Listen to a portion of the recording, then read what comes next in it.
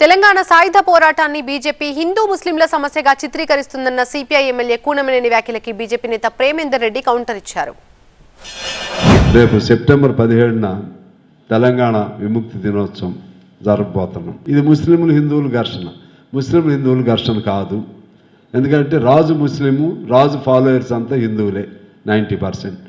రాజు మీద పోరాటం చేసిన వాళ్ళు, చనిపోయిన వాళ్ళు ఎవరంటే ముస్లిమ్స్ అనేక మంది ఉన్నారు.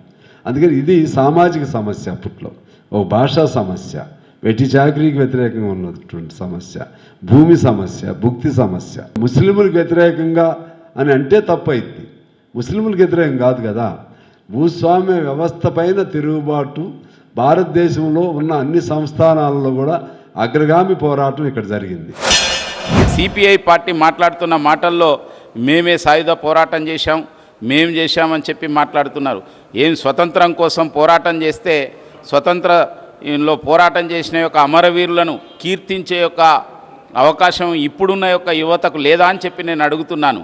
కాబట్టి ఏదైతే ఈ యొక్క నిజాం విముక్తి కోసం పోరాటం చేసిన అమరవీరుల గురించి, చరిత్ర గురించి కేంద్ర ప్రభుత్వమే అధికారపూర్వకంగా నిర్వహించడాన్ని భారతీయ జనతా పార్టీ స్వాగతిస్తూ, ఈ సంవత్సరం కూడా ఇప్పటికైనా రాష్ట్ర ప్రభుత్వం కళ్ళు తెరిచి 17th సెప్టెంబర్ను తెలంగాణ విముక్తి దినోత్సవంగా ప్రకటించి అధికారపూర్వకంగా నిర్వహించాలని చెప్పి భారతీయ జనతా పార్టీ డిమాండ్ చేస్తున్నది.